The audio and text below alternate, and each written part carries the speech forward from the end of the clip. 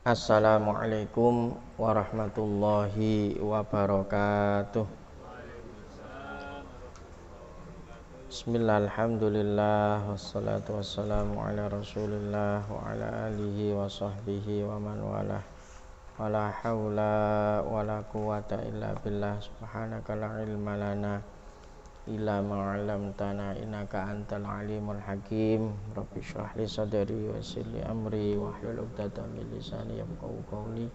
Amma ba'd, nawaina ta'allum wa ta'lim wa tadzakur wa tadhkir wa nafa' intifa' wal ifadah wal istifadah.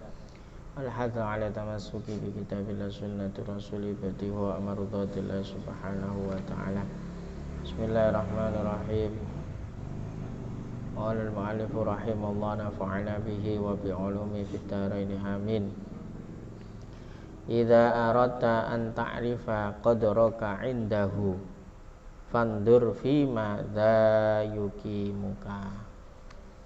Alhamdulillah, kita masih ditakdirkan Allah Subhanahu wa taala bisa istiqomah untuk bareng-bareng membaca Rotibul Athos. Saya ingin sebetulnya mensyarahi, membaca syarahnya itu di kitab Al-Qirtos, biar kita tahu apa hikmah, apa sirri, apa kandungan yang ada di dalam Rotibul Athos ini. Tapi kok mesti lupa saya bawa kitabnya.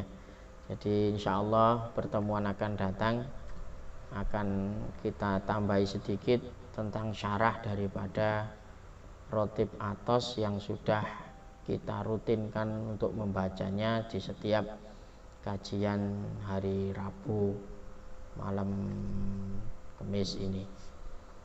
Karena penting, karena di situ ada ada hikmah, ada cerita, kisah-kisah para salafun saleh ya. Bagaimana resep, kalau tidak salah ada 17 kalimat yang disusun oleh Al-Habib Umar bin Abdurrahman Al-Attas itu. Nah, nanti akan lebih jelasnya insyaallah pertemuan akan datang, kita akan tambahi sedikit untuk agar lebih semangat untuk membaca rotib. Melanjutkan hikmah Ibnu Athaillah As-Sakandari. Kalau kemarin kita diingatkan tentang nikmat beribadah dan tanda diterimanya amal ya. Jadi punya dampak, punya buah, punya rasa nikmat dalam melakukan ibadah. Tapi dalam kesimpulan kemarin, kita tidak boleh terpaku dengan nikmat yang kita rasakan ya, kalau memang kita sampai ke sana ya, padahal kita belum sampai ke sana, tapi ya kita barangkali salah satu dari kita sudah mencapai derajat bisa merasakan lezatnya nikmat majelis ilmu, bisa merasakan nikmatnya sholat, nikmatnya zikir ya. Itu luar biasa. Jadi membawa ketenangan pada hati kita, pada haliyah kita, pada perilaku kita. Itu terlihat kalau orang itu dalam melakukan amal ini diterima oleh Allah Subhanahu wa taala. Tapi diterima tidaknya semuanya dikembalikan kepada Allah Subhanahu wa taala. Jadi kadang sama ya dengan kita kalau di dalam amaliyah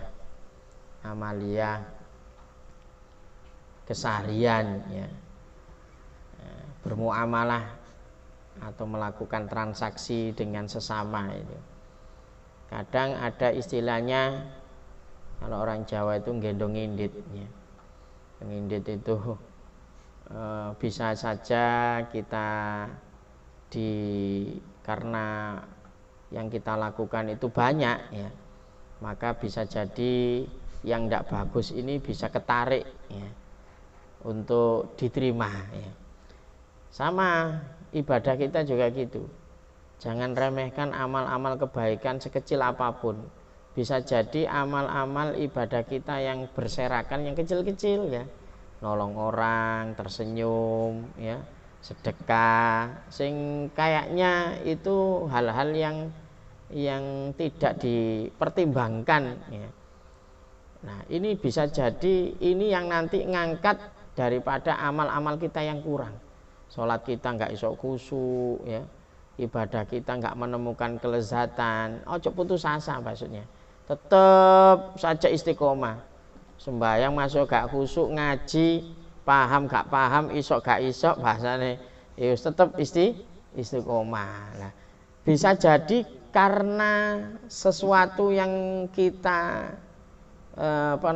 kita langgengkan, kita istiqomahkan dari amal-amal kebaikan ini akan diangkat oleh Allah. Wis lak ngono wis gak apa-apa wis. Amal-amal iki wis tak gawe, tak terima kabeh ya istilahnya. Wis bayangmu ya tak terima, posomu ya tak terima. Padahal aslinya kita tidak sempurna mengerjakan sholat itu ya. Tapi karena apa? Karena ada hal yang kita itu juga apa, hubungan baik kita dengan Allah itu kita perjuangkan, maka Allah juga akan apa bahasanya, rahmatnya ini akan turun. Ya wis Mas yo ta sholatmu koyok ngene, dapurane wis gak apa-apa wis pokoke mergo kon gelem jamaah ya, seperti itu. Umpamanya sholat kita terbiasa ndak pernah khusyuk, ikutlah jamaah, karena dengan sholat jamaah ini bisa jadi apa, dihitung oleh Allah itu wis sak masjid iki wis rombongan wis tak terima kabeh ya, bisa jadi seperti itu ya. Jadi sama dalam muamalah kita, transaksi umpamanya jual beli, kalau kita umpamane dodol lombok sak karung umpamane, mestine nek jero iku ana sing basa, ana sing alum, ana sing pudel, ana sing macam, tapi kan jumlahnya akeh ya. Artinya wis ya gendong indit lah istilahnya wis, walaupun iki lak hitungane elek-elek titik wis tak trimo ae. Nah, seperti itulah yang harusnya kita lakukan. Jangan sholat, jangan meninggalkan jamaah, jangan meninggalkan majelis taklim, jangan meninggalkan sedekah sedikit apapun, jangan meninggalkan bermasyarakat, jangan meninggalkan bersosial. Ini ibadah-ibadah seperti itu yang justru akan mengangkat amal kita yang kurang ya. Maka dari itu sekali lagi kita jangan terpaku dari aku kok gak iso ngrasakno nikmate ibadah yo. Terus saja wis, tapi jangan berhenti, karena itu bukan tujuan kita. Tujuan kita itu adalah mencari ridho Allah Subhanahu. Sepenting aku dikongkon sholat ya tak sholat, berusaha. Ya apa carane sholat sing apik. Nah, tapi kan kalau kondisi kita seperti ini kan ya ndak mengakui lah bahwa kita itu memang di dalam ibadah sangat jauh sekali, apalagi dibanding cerita daripada para salaf soleh dulu ya. Makanya sampai Al-Wasiti ya, Imam Al-Wasiti berkata manisnya ibadah itu adalah racun yang membunuh. Kadang ada orang yang sudah merasa aku bisa merasakan lezatnya satu ibadah, tapi dia lupa terhadap kebaikan-kebaikan yang lainnya. Nah ini, jadi intinya tujuan kita itu bukan untuk bahasanya oleh ketenangan, enggak. Tujuan kita itu ya mencari ridha Allah, dan nanti ridha Allah inilah yang akan diberikan Allah melalui apa yang Allah kehendaki. Bisa jadi hidup kita dibuat tenang, rezeki kita ini diberi kelancaran, anak-anak kita ini diberi anak yang soleh-solihah, keluarga kita ini jadikan keluarga yang rukun, berkah. Nah, seperti itu bisa jadi barokah daripada kebaikan yang kita lakukan, maka kita di situ akan mendapatkan apa yang menjadi kenikmatan-kenikmatan dihasilkan dari ibadah kita. Tapi sekali lagi tujuan kita ibadah hanya untuk cari ridho Allah Subhanahu wa ta'ala. Nah, sekarang hikmah berikutnya, idza aradta an ta'rif. Jika engkau ingin mengetahui qadraka, kedudukan kamu indahu di sisi Allah. Nanti awake dhewe kan kadang ngerayai ya. Sajane aku iki apa sih? Di sisi Allah ya, bukan di sisi manusia. Lah, kebanyakan kita ini terpancing dengan penilaian manusia, bukan penilaian Allah Subhanahu wa ta'ala. Makanya ini Ibnu Athaillah Sakandari mengatakan idza aradta an ta'rif qadraka indahu. Jika engkau ingin mengetahui kedudukanmu di sisi Allah, fandur fi madza yuqimuka, maka perhatikanlah, lihatlah di dalam bagian apa Allah menempatkan dirimu. Jadi lah kepingin roh hubungan kita dengan Allah itu bagaimana, kita ini disuruh memperhatikan bagaimana kita memperlakukan apa yang menjadi perintah-perintah Allah dan menjadi larangan-larangannya. Jadi menempatkan dirimu ketika kita ta'zim, ijlal, mengagungkan Allah Subhanahu wa ta'ala, maka disitulah berarti Allah juga mengagungkan diri kita. Jadi sekali lagi seseorang harus mengetahui kedudukan dirinya di sisi Allah. Di sisi Allah, bukan di sisi manusia. Jadi ngerayai, karena kita ini ngajinya ngaji tasawuf ya. Ngerayai hati kita, awake dhewe iki sebetulnya tingkatan mlebu wong awam, orang yang ahli thariqah atau yang ahli hakikoh. Apakah sedang dimurkai Allah atau kita diridhoi oleh Allah? Yaitu harus dikoreksi. Dalam pekerjaan, aku kerja kaya ngene iki kira-kira diridhoni Allah atau ndak? Nah, bagaimana tahu diridhoi atau ndak? Ya kan sesuai dengan syariat. Bagaimana kepingin tahu syariat? Ya harus hadir majelis taklim, majelis ilmu, atau mengetahui, mencari kabar bagaimana pekerjaan kita ini sesuai dengan apa yang menjadi perintah Allah atau tidak, diridai Allah atau dimurkai oleh Allah ya. Jadi dikoreksi. Nah, agar apa? Meningkatkan martabat. Lak wis ngene berarti aku kudune munggah, kudune martabat saya di sisi Allah ini semakin naik. Jadi tolak ukur untuk mengetahui kedudukan kita dengan melihat keadaan diri kita sendiri. Umpamanya kita dalam keadaan diridhoi seperti kita sekarang ya, mohon maaf, kita sekarang ada di majelis taklim. Berarti kita ini dalam keadaan diridhoi oleh Allah Subhanahu wa ta'ala. Karena apa? Karena kita bukan di tempat majelis maksiat ya. Kalau majelis maksiat jelas itu adalah sesuatu yang dimurkai oleh Allah Subhanahu wa ta'ala. Sebetulnya hikmahnya Ibnu Athaillah Sakandari ini mengambil dari satu hadis Nabi yang barang siapa yang ingin tahu kedudukannya di sisi Allah, maka lihatlah kedudukan Allah di hatinya. Jadi sebetulnya ini ada hadis, walaupun hadisnya ini dhaif ya. Sering kita ini kalau dalam ilmu-ilmu tasawuf ya,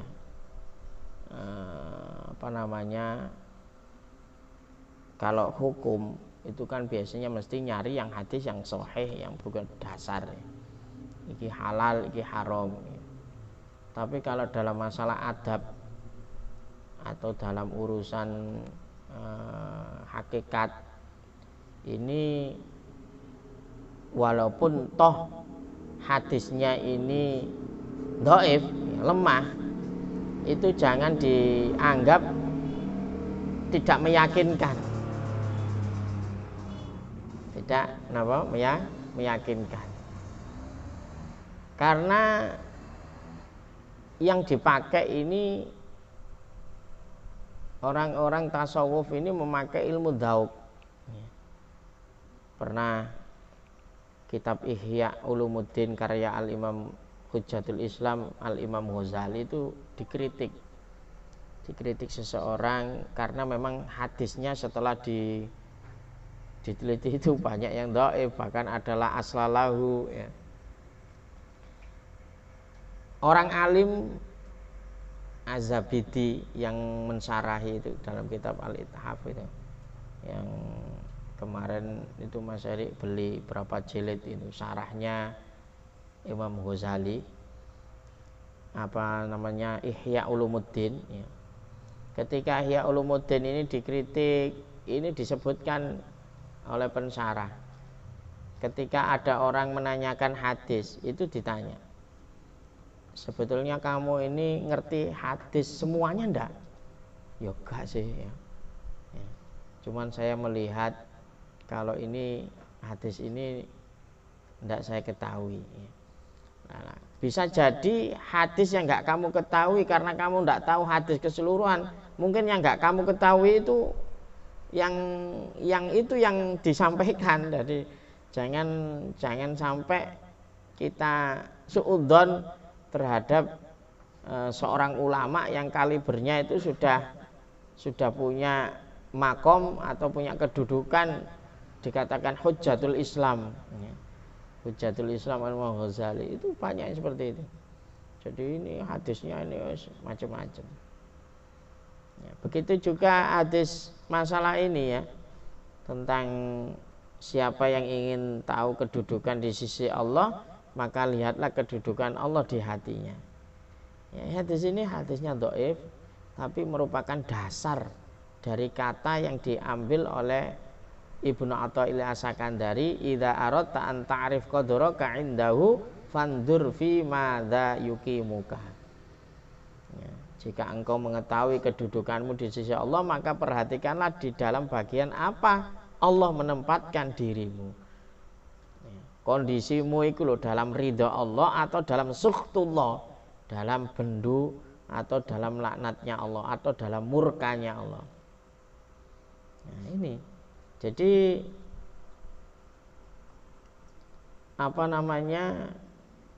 maksud dari hadis ini, bila ada orang memuliakan Allah di hatinya, maka orang itu mulia di sisi Allah Subhanahu wa ta'ala.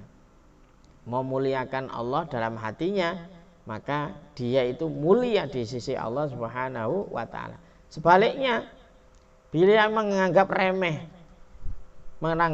Allah, menganggap remeh Allah itu dalam artinya gampang perintah-perintahnya, krungu adzan, ndak punya irah sing iki ngono panggilan Allah, ini harusnya kita itu segera menghadap ya. Jadi ngremehkan wis, pokoke lah ana syariat iku diremehno. Iso dilakoni, gak iso ya gak dilakoni ya, istilahnya sama dengan orang hadir majelis ilmu yang tidak tahu pentingnya ilmu itu, akhirnya wis gampang wis, engko lak kober tak budal, lak gak kober ya wis ngatasi kumpul-kumpul paling ya ngono-ngono dak ya. Ibarat kan seperti itu. dia meremehkan apa yang menjadi perintah-perintah Allah, perintah Kanjeng Nabi Muhammad sallallahu alaihi wasallam.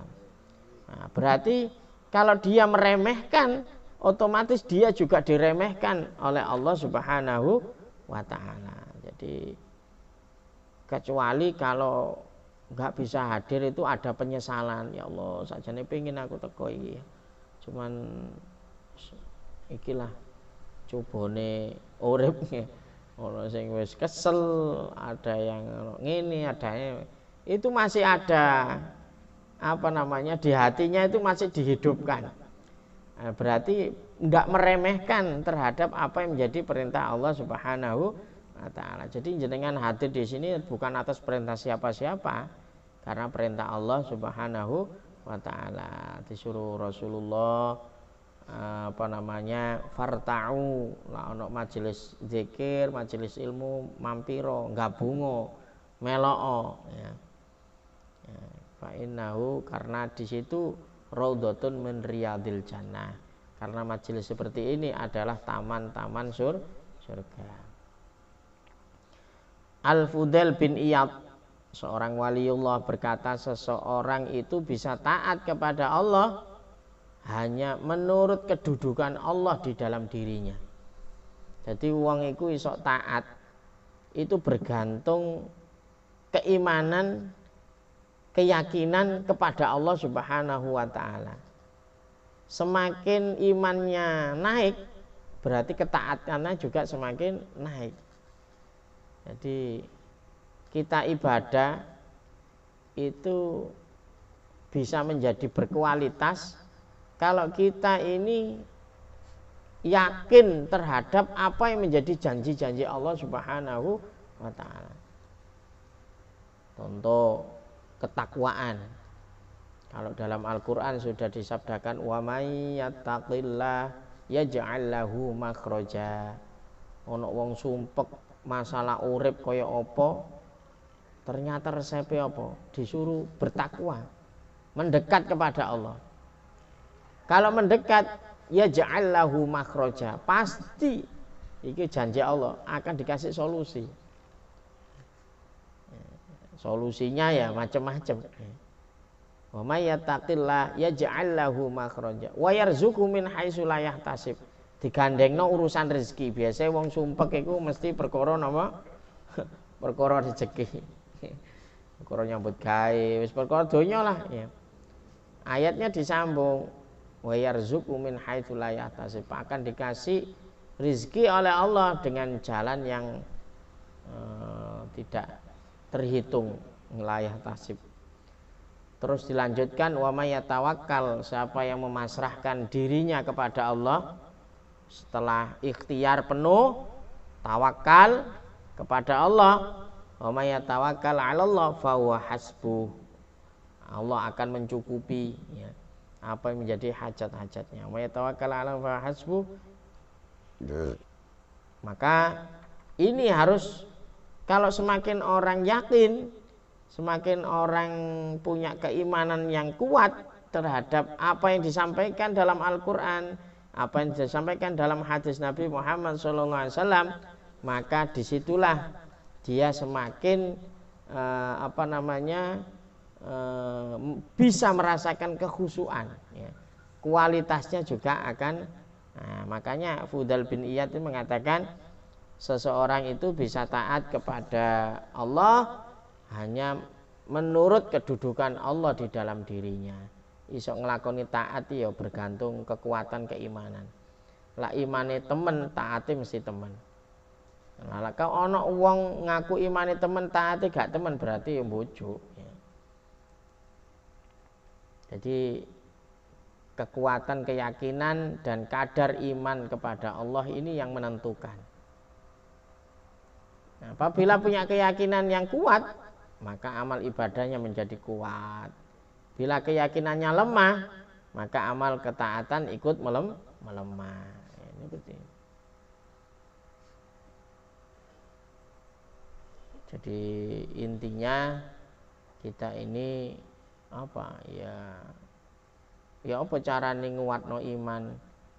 Bagaimana caranya menguatkan keyakinan kita kepada Allah ya dengan cara zikir, tadabbur, ya, angen-angen hadir majelis ilmu, ini menguatkan, ya, menguatkan.